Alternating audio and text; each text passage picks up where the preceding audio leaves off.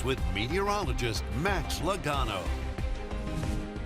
Well, a very good Friday late afternoon and early evening where it's still pretty warm day outside right now, but it's been a pretty nice one. We don't have a lot of humidity, and that continues tonight. Let's take a look at these temperatures, and they're generally still into the 80s no matter where you go. That includes 82 in Cameron to 85 degrees in Sulphur, and over into Oakdale we have a temperature of 84 degrees outside right now. We'll take a look at the dew point. That's down to 55 degrees, pretty steady from where we were yesterday, but again, that just means we're not humid. It feels very nice outside. Now, aside from that, we have a lot of sunshine. Of course, that did a good job of warming things up today, but with the clear skies and the dry air in place, that also means it's going to cool down efficiently as we head into the nighttime hours. Let's take a look at that. Right now, we're still pretty warm, at least around sunset or 7 o'clock. We should still range from the upper 70s to low 80s outside.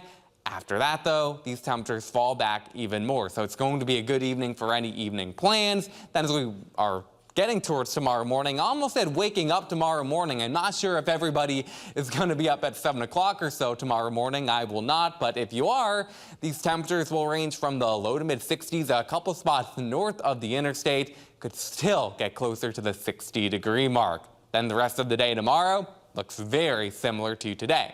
That means a lot of sunshine with temperatures generally into the upper 80s, maybe near 90 degrees in a few spots along I-10. So definitely very warm. But again, the humidity still looks like it should remain under control. And that's not going to change this weekend. The remnants of what was Hurricane Helene continue to spin themselves out over the Tennessee River Valley and mid-Atlantic, and drier air locally continues at least through the middle or the early and middle part of next week. In fact, as we head closer to Tuesday and Wednesday, I didn't draw it here, there actually could be a weak cold front that tries to get closer to southwest Louisiana, so we're not expecting many changes to the forecast. Now, by the end of next week, some models want to bring more moisture in from the Gulf of Mexico. If that happens, sure, we could see some rain chances reintroduced to the forecast, but that's just something we'll continue to keep an eye on and keep an eye on trends this weekend.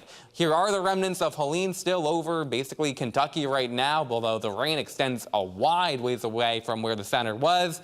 The rest of the tropics have woken up a little bit over the past couple of days. We have two systems, named systems, Isaac and Joyce. Both of those will stay far out into the Atlantic.